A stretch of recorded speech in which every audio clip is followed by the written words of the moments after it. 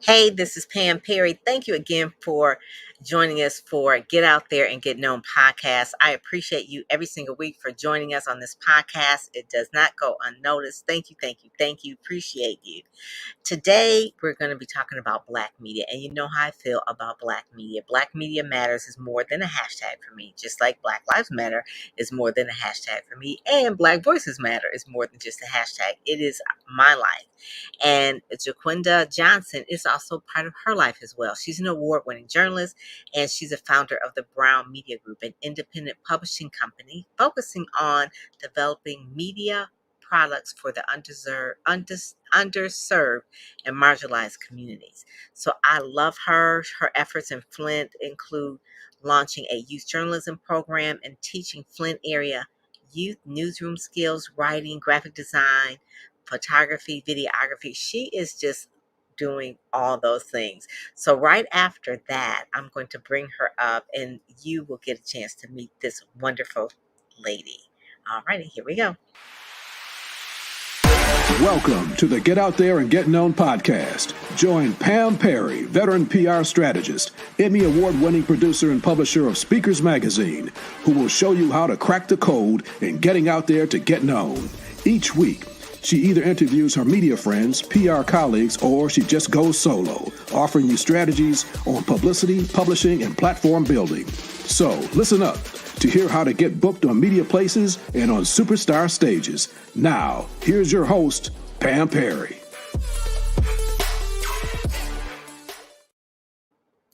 Hey there. So, like I was telling you, this young lady is the real deal. Not only is she like from the Detroit area, but she went to my alma mater as well. She went to Wayne State University. Give you a little bit. She's a part of NABJ. So, you know, I had Neil Foote, who was from NABJ. So I love all the folks at NABJ. Shout out to them. But give you a little bit of the formal bio. You can read it in the show notes later. But right now she serves as a publisher of Flint Beat and also is a content creator and founder of Black Like Us. Yes, she's an Emmy Award-winning producer and has been recognized by the Michigan Press Association for her solutions in journalism work. She's got 20 years experience, and when you look at her, you won't be able to say 20 years, including working for ML Live, that was one, Fox 46 in North Carolina, NBC's 25 affiliate stations in the Flint area, Detroit News, and 2 online magazines. She is really what I call a person who is taking their gifts, their passion to make a difference in the world. And so with that, I ring up to Quinda. Hey there. Hi. How How are are you? you? I'm Thank doing you. good. I'm doing good. I hope I didn't embarrass you, but I just love the work that you are doing. I just love the Thank work that you. you're doing. And you've been doing this for 20 years. It does not look like you've been doing anything Yeah, for 20 years. You just I'm look like you like, 45, what? so I've been out No. here for a minute. Okay. All right. All right. Well, you look good. Let's say that you look good for your age. Thank you, You say Dr. 45. Perry. Not that 45 is old. Okay, we're not saying that. We just know black don't crack because I'm 61. So we're not even gonna talk about that. Okay. But the main thing is that where did you get the heartbeat to do the work that you're doing? Because first of all, let me just tell everyone, when you are majoring in journalism in college, which she did, and she was starting out in her career, journalists, even though it's quote unquote a glamour field, it doesn't start out at the beginning with glamour dollars. And then the work that she's doing is not like she's doing it because of the money. It's something that must be a chip in her of why she decided to use her journalism career to make a difference. So I really want to hear that. And then to be in Flint as well, because everybody know what happened in Flint with the water and all of that kind of thing. So tell us a little bit about the why or how it started for you. I didn't start out to be a journalist. I thought I would be an accountant and then I would go to law school. What? Yeah. Uh, Somewhere in there, I changed majors to communications. I'm a Flint girl, born and raised. I ended up changing to communications and deciding to transfer to a school in Detroit, to Wayne State. Just to be connected, right? You know, Detroit is bigger than Flint, of course. There's more opportunities for internships and things like that. And being in communications, I was going into PR. You had to take a journalism 101 class. And that's how it happened. So journalism found me. I wasn't Really? a newspaper girl prior to, I don't even know if I really paid attention to current news, but after that, it was just natural, God-given talent. It's just my thing. Even when I tried to leave, I always find my way back. So So yeah. when you were at Wayne State, were you in NABJ at that time, or were you working at any of the dailies Oh, that's or a the long school time ago. newspaper? I know when I was at Wayne, I worked at the South End. Okay, I that was did the too. daily. Yeah, so that Yep. was the South End, and then there was WAYM, which is the radio station. But I knew I didn't like when I really didn't like hard news when I worked at the radio station. I worked at WDT, which is an NPR station, the public station, because it was like what they had us do was like read the newspaper and then kind of like write those stories for radio. And I was like, this is so boring. I was like, this Yeah. is so boring. And I just said, well, if the radio is just really basically like reading the newspaper, my first job was working at the Free Press. I said, well, that's where the real news comes from. I'm partial to print, so that's my thing. I'm partial to print. So that was really the main thing. So going to Wayne State, being in journalism, coming from Flint, and then how did you get the what I call like the activism buzz Well, in terms of really trying to serve marginalized communities and underserved communities? it's funny because we have similar journeys, like Wayne State, then doing the student newspaper, the South End, right? I was Hmm. editor in my Ah, undergrad years. I was editor at the South End. I've also worked at the Free as yes. an intern, and then I ended up at Detroit News. I never thought about journalism and activism. It's like this really thin line there, right? Because we advocate for quality news and not necessarily always an issue. Uh, but I left home for some time and decided I wanted to come back to Flint. I was living in North Carolina, and I just wanted to do something bigger than me, like something that just really had an impact. And Charlotte was not the place. And so I packed my family up and we moved back to Flint. And I started working back in the newsrooms in Flint, and a water crisis hit the city. Ooh, And yeah, so yes. I was at the thick of it. Like in 2014, they had, transferred over to the water. And then when national hit, I was in the newsroom. Wow. I was part of the news teams with the ongoing issues with the water before it caught national attention. And then right there in the middle of everything, when every newsroom in this country was in Flint, right? Even Hmm. though we were locally, we were already doing the work. And so I ended up covering City Hall by chance for M Live Media Group for the Flint Journal. And I just started talking to people about what did they want to see in a news agency, what was missing. And that's how Flint Beat was born. And Ah, I decided when I did this thing, I was like, I don't really like saying people are voiceless because they have a voice. They just don't have a platform to be heard, right? exactly. Right. And Exactly. so, Especially Black people. Okay. especially Black people, So underserved let's just keep communities, it real. marginalized communities, right? Yeah. Right. Let's Yeah. keep it real. And so I decided to be that megaphone, like build out this platform, community first, and then everybody else. And so when we look at news here, that's who we're talking to. Like we're really trying to talk to the community, things they like, they don't like, things they want to see, and things that empower and impact and inform people here in Flint. Mhm, And mhm. so it's been very fulfilling covering a place where I grew up. I love it, but I just want to keep growing and building out and developing more and more platforms. And Mm. that's how I know, everyone can see Black like us, but that's kind of how that was born too. So one of the two questions. One, I believe your newspaper, your news outlet, but did you also have support, I guess you would say, as a grassroots newspaper from is it Google Grants, I believe it is? So for Flint Beat, funny enough, we really started getting support after the death of George Floyd. That's Mm, when like money started spilling in, like just coming check after check for initiatives for Black communities, right? mhm. Then COVID hit, the pandemic hit, which also hit people of color pretty hard, Yes, according to medical experts, right? right. And so that's when, because for 4 years, 3 years, I really worked it alone. I was Mm, working other jobs. I was trying to do Flint Beat at the same time. People would tell me, good job, give me high fives, but I wasn't getting the money. And so it mm, was a struggle. Like I was on aid at one point, just mhm, trying to make this happen because I knew it was something I needed to do. It was not an mhm, easy journey. mm. So in 2020, that's when we really started getting support.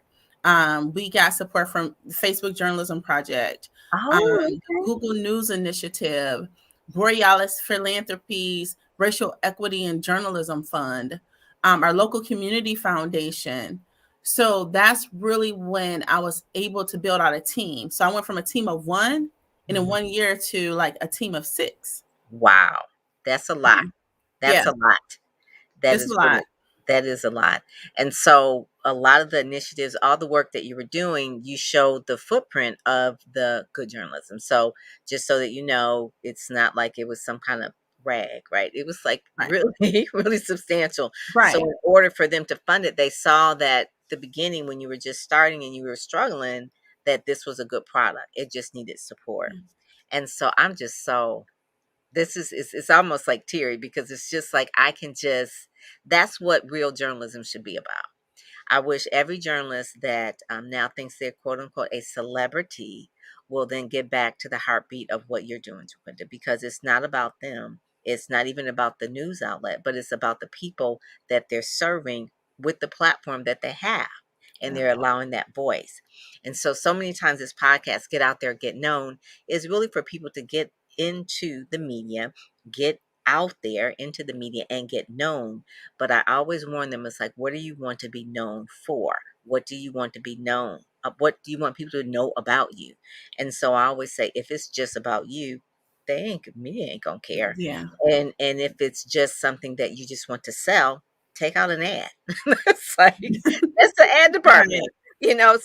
So the whole point of it is it's the stories that you're telling, and the stories that you tell makes a difference to the community. So talk about some of the stories that you unearth versus like if you were working, not to put any shade on any of the other major outlets that are out Right. there or whatever, but the mainstream media cover things that really matter to the mainstream. So talk about how yours are different and what kind of stories that you uncover on a We day-to-day basis. Hmm. we don't go from it as an approach of clicks.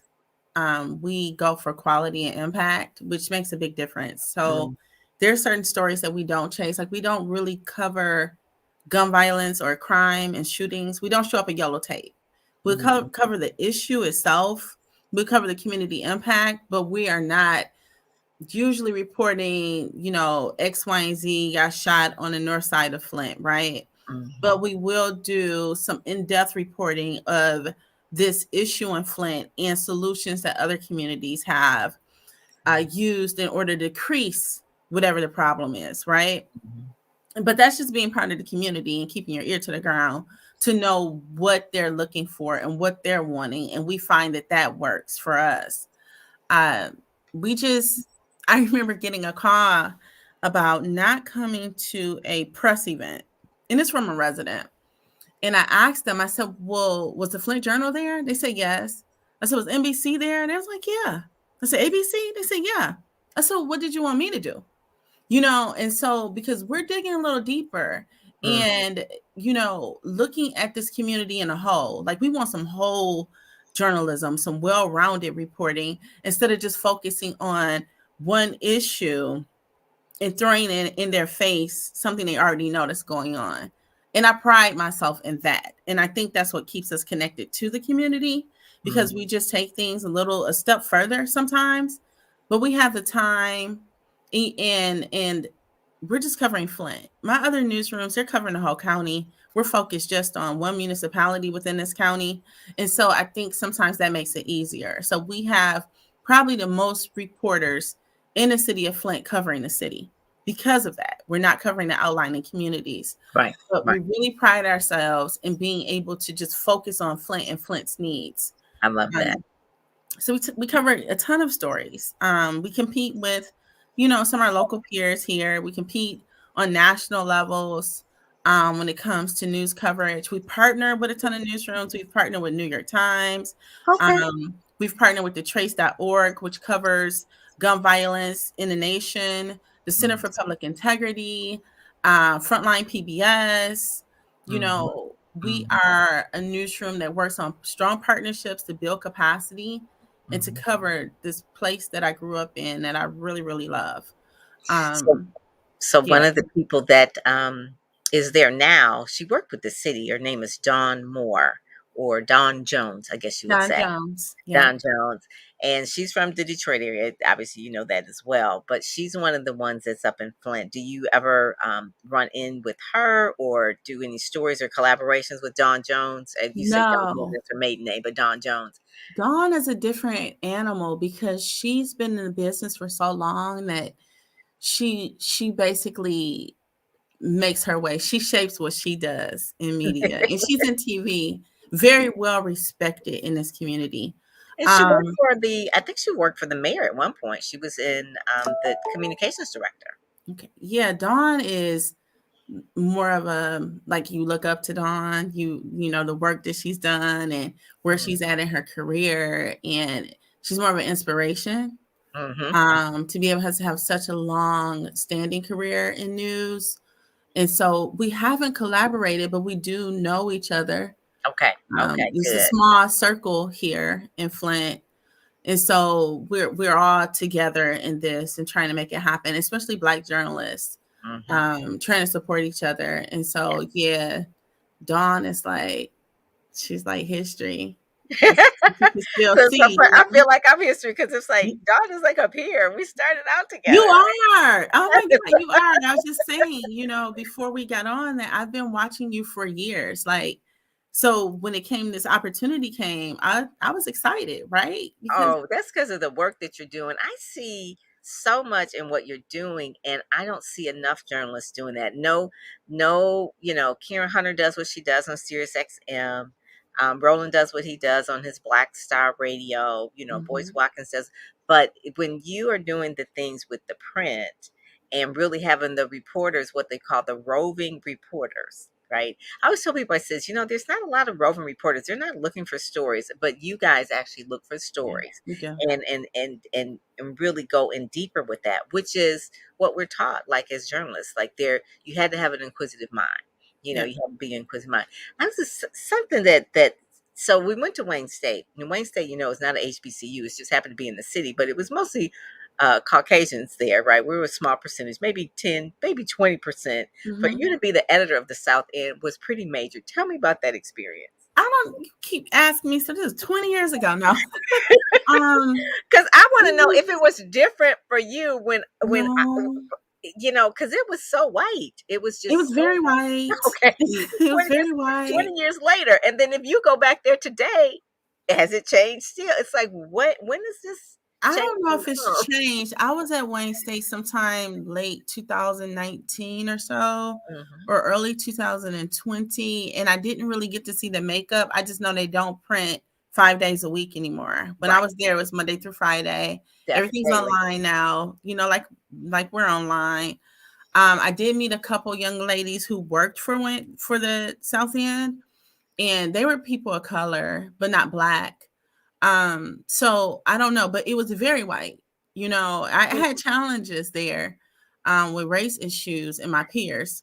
I did too. Yeah, I did but too. that's the industry in general, That right? is. Because it's a It really very, is. very white industry. But you would And like think being in an urban center that it would be different. it's not.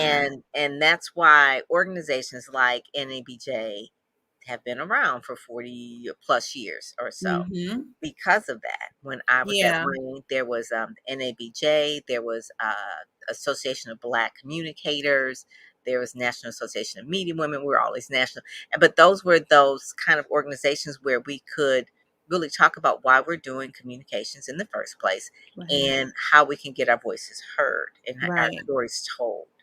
And so I really just appreciate what you're doing because if it wasn't for you doing the work that you did, one, you're probably opening the doors for other journalists, younger journalists, to do the things that they're doing so they can actually see like what their purpose is. Yeah. And Yeah. so yeah, I just really really appreciate that. There was I want to say it was Lion Publishers, maybe it wasn't Lion Publishers. I'm on the board for Lion Publishers. Yeah, so explain to them what Lion Publishers does. Lion Publishers is an organization that supports independent publishers, independent newsrooms. Hmm. I think, oh, don't quote me. It's a couple hundred of us in the organization right now. Okay. It's any independent newsroom, so it's not based on race or ethnicity. Okay. So, and it really supports us trying to the rebirth of local news, right? Yes. Yes. Um, and so a ton of partnerships, tools, and resources. Because when I started this, and Lion was one of the first organizations I joined. And Oh, so okay. when I started this as a publisher, I literally thought I was out there by myself. And then I happened to be a Black woman who launched a news agency to cover a whole city. Like, I don't just cover Black people. I'm a media influencer in a city where we cover white people, the Latino population. Sometimes we produce things in Spanish, the Arab population, the Asian population, any Hmm. resident in Flint, right? Hmm. And so I just felt like I was out there by myself and doing some Google searches. I was trying to find organizations, and Lion found me. Um, Ah, okay. so I joined. I've been a member since I kicked off in 2017, and they've been a great benefit. We're also members of the Institute for Nonprofit News, Okay. which is also a great resource. So we're members of NABJ, the local media association, Hmm. but some of these things, not NABJ, of course, but some of these organizations I found out about through Lion. Okay. Um, I've And they want managed, to they want yeah, to support grassroots newsrooms, and yeah, that's really community news because that's really the heartbeat of how we know everything. People think it's social media, but really the journalists are the ones like are really vetting the sources, so so that people aren't in trouble with libel and all other kind of stuff. But anyway, right. the thing that is really interesting too is that you did the Lion and your NABJ and all the different ones. There's another organization, NNPA, which is a National Association of Newspapers Publishers, Mm-hmm. and an NPA, yeah, National Association Newspaper Publishers, and so that is really the Black newspapers as a conglomerate, how they all group together, and so Dr. Ben Chavis is over that as one of the people that is in that. He was on the cover of Speakers Magazine, the magazine that I published as well. He's a great speaker, and he's one of the people that helped start Million Man March. So NMPA is one where it's roughly about 300 newspapers, and I guess you could say they're community newspapers. But what I find that they're legacy papers in terms of maybe their grandfather started, then they handed it down. Mm-hmm. Maybe the son is running, maybe the grandson is running at this point. So a lot of times they struggle for financial reasons, and so they can't do as much as they don't have as many reporters. So you have six. You have probably a larger staff than most of the other Black newspapers in the country. Yeah. Yeah. And I'm part of a number of teams that work on these problems that we have with our legacy Black owned news agencies and trying to get some of them to kind of transition to embrace the digital age. Mhm. So I get it. And I'm fully aware of the organization. I follow them on Facebook. I'm friends with some people that's running some legacy newsrooms as they try to navigate this. But in addition to that, it just being fully transparent. I launched my news agency, didn't nobody give me a dime, right? I've had white peers that also launched at the same time. They got six figures.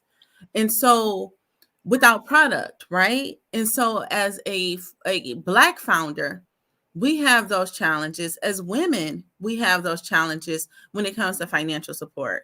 We always have to prove ourselves and go above and beyond in order just to get a little.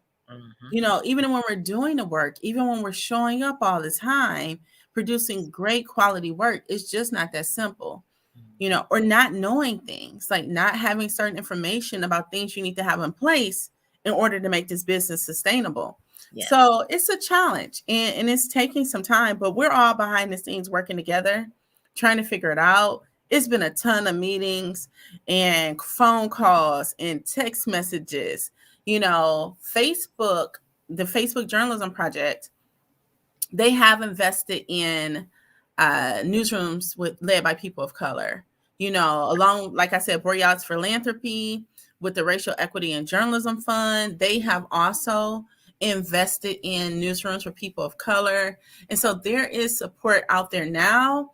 It's just you really have to be ready to embrace the digital age. Mm-hmm. They're not supporting print. Mm-hmm. They're Mm-hmm. just not. And I get it. It's costly. We don't know where to be tomorrow. And so we have to really work to make that transition. It's just, what does that look like? It's just not that easy when you've been in the business for 30 years and you've been printing. You can't Yeah. just push a button and say, I'm going to do internet now. Like, that's not how it works, right? No, because it's like, Right. what do you mean I need an email list? Can I just hit select all and send? It's Right. like, no, no, no, you Don't do can't that. do that. Don't do that. Right. So, So, so one of the yeah. things too is that I would really like, so someone like Gregory Lee, I had him on the podcast maybe about two podcasts ago. And so Greg was on the board of NABJ. He's at the Boston Globe. He is the one of the managing editors, assistant manager editors there. And so he hasn't started his own, but what he does is, because he's an African American at the Boston Globe and in management, he can have a little bit more wiggle room. So he partnered with a Black TV station, OTT Mhm. TV station in the community, where all of the Black journalists at the Globe, I'm sure it's probably not more than 20, it's probably about 10, probably a handful, but they have a monthly TV show where they talk about issues for the community. So it's almost like a micro within the Globe, but I would Mhm. definitely would love for you and Gregory Lee to, if you don't know him, to for you all to connect, because Thank he's you. a very big collaborator, and he could see your mission. He started, he went to a HBCU, I want to say Grambling, but I don't want to start naming the wrong school. He'd be like, no, I didn't. But I know it was down south. But one of the things is that he says that because he is in the position where he is, he not was just in journalism, but also in management. So he's worked in the advertising department, he's worked in digital for a long time. And so that part of the resources that they put behind that digital part is really what mainstream newspapers are doing. And so I just Mhm. want our NMPA newspapers, Black newspaper, Black media, to really embrace that as well. One of the things, and then I'm gonna let you go, is that you have a TV background, and so you're doing the print, what I call it print, but the yeah, I guess it's print. I guess Well, yeah, we still say this, print, even though this we is know we our don't print. print, Yeah, right? It's this is just our because it's the print. same. We run a newsroom the same Yes, mentally.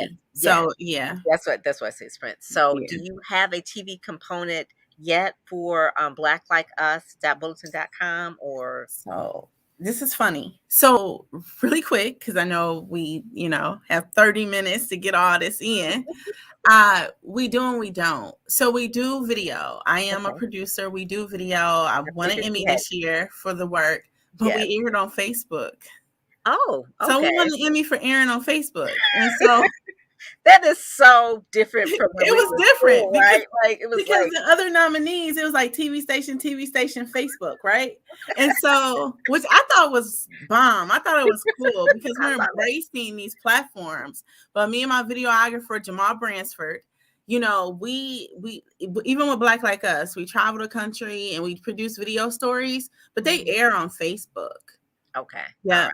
So yeah. that's what I was wondering if that did that. I mean, because there's just a lot of online TV uh stations now here's is it now here's this or Yeah, we don't call it TV. We just produce video stories. video Like, stories. I would Okay. love to develop it further. Like, we're looking at that and what it Mhm. looks like for us. And so I am getting ready in the near future, very near future, launching something for Flint Beat Oh, when we good. bring on a full-time videographer. But yeah, so I'll keep you all posted as I develop this thing out. But I'm excited. I I mean, we love won an that. Emmy off Facebook. That is amazing. But if it's good, it's good. So it doesn't matter the So, platform. I mean, yeah. it could be on Roku, it could be on TikTok. I mean, you know Yeah. what I'm saying? So these are the exciting times, and your background, using all the background from your experiences, has led to this point. And I just commend you for doing the work. If people want to give you news tips, where would they send them, and what kind of news tips are you looking for? Okay, so for Flint, it's hyper local. It is team@flintbeat.com. If Okay. it's anything for Black Like Us, it's Jiquanda, Jiquanda at blacklikeus.org. Okay. All And right. that is stories about the Black narrative in America, like all the cool things we do that people don't think of. Like I've done a rocket scientist, a commercial fisherman, and so it's all those stories that may not get picked up in mainstream media that we Mhm. know we do. We know we're so diverse just as a group of Mhm. people. So Mhm. yeah, and the other one is anything is Flint. Right, So, right. Anything is right, that's Flint. anything It's Flint. black or white, or Yeah, it any doesn't matter. for Yeah. Black Like Us. So with Black History Month coming up, do you have any special events that you're speaking at, or anything special that you're a part of or that you're Yeah. doing? Yeah, I don't have any special events that I'm speaking of that I could think of, but we are doing this whole initiative to support Black businesses throughout Black History Month. So there'll be a lot of video posts and love for my Black owned businesses on Black Oh, Like good. Us. Yes. Yeah, so if anyone follows my verified page, it's just my first name, Jaquanda, on Facebook. You can check out that engagement as Mhm. we support these businesses. I just feel like this is something that we really, really need to do. Yeah. So Oh, that let is me give good. them my dollar. Yeah, that is so important. That's how the community grows. That is, why we stand on the shoulders of the people who were behind us. Some of my mentors that I think about, Sam Logan from the Michigan Chronicle, was Mhm. always just, he wasn't a newspaper guy from the standpoint of a journalist. He was actually from the advertising department, but that's why that paper really had the vision that he did. He saw it from just two different areas. Obviously, he loved the news, the Black community, but he also knew about how to manage it and do the events and all that kind of stuff. So he's really Yeah. a visionary in terms of that. So, bless his soul, because he was just one of the ones that carried that legend for Yeah. Black newsprint for a long time. And then the Afro is still in DC. Yep. That's one that prints all the time. It is. One of my the Chicago, someone just said to me, there's two Black radio stations that are Black, owned by Black women. WVON in Chicago, it's kind of like our little sister city to, the Michigan Right. Detroit area, and then WURD, uh, yeah, yeah, WURD Word, and that's Yep. in Philly. Yeah, That's Sarah, right? yeah, yeah. Lomax Tracy. I know Sarah. That's her. Mhm. Yeah. Yep, yep. So those are the two. And so, they're out there doing the work. And I always tell my clients, or even anyone who wants to get into media, to please, you want media support, support Black media. Hmm. Support them. If you see a story, share it on your timeline. If retweet it, tell other people about it. Support them financially if you can. There was something that just was recently, I want to say Word in Black Yep. was, Word in Black. yeah, so Hmm. I subscribed to that. I mean, it was not like I need another newsletter, but but I did. I subscribed to it because I want to support it. And Right. so if the whole thing of it is just support. Don't just support during Black History Month, but support 24/7. If you're a Black person, you're Black 24/7. So support 24/7. So that's 24/7. yeah, that's what I'm going to say. So I just love that. So blacklikeus.bulletin.com. And then in a few weeks, we'll have the show notes up as well. And so Ready, Set, Go, just so you know, Jaquanda, is one of the programs that I have that helps people get media ready. It just helps them get media ready, ready for print, ready for stages, ready for broadcasts, just helping them get ready to speak, to tell their story. So I go over marketing, PR, and branding, all those type of things that really make sure that you are ready. So if they do pitch you a story, that they sound correct, that they know what they're doing, that they provide you with the right materials and all that kind of things. Because you're trying to pull pictures and they're sending you iPhone photos. Right. it's like Right. it's like, no, we don't need that. We want real pictures. So anyway, so that's what we kind of go through Ready, Set, Go, Speak, to really show them from beginning to end how to really maneuver and manage the media and really get out there and get known. So that's what that's all about. So thank you so much. Thank you so much. Yeah. There is John Artist said great information. He's from over there at Facebook. Thank you so much, John. Thank you, John. Yes, yes, yes. So it's one of the things. So again, blacklikeus.bulletin.com, and the other one, the Flint Beat, is hyper local. It's for Flint only, and she's out here doing the darn thing. So Thank thank you you. so much for joining us, Thank and you for I will. having me. Yes, and I would tell Dawn that you guys are just need to like have lunch sometimes. It's like this is a cool person up in Flint. I know you all can have lunch sometimes. So all right. But anyway, but thank you so much for joining us, and I will talk with you soon. God bless. Alrighty. Thank you. Bye-bye. You've been listening to the Get Out There and Get Known podcast, brought to you by PamPerryPR.com, where you'll get insider tips on how to build your platform, pitch the media, and promote yourself with confidence. Head over to PamPerryPR.com and get the exclusive video training on the 7 must-have marketing materials you need before you pitch in order to be considered in media places or superstar stages. PamPerryPR.com, where you help you shine like a superstar.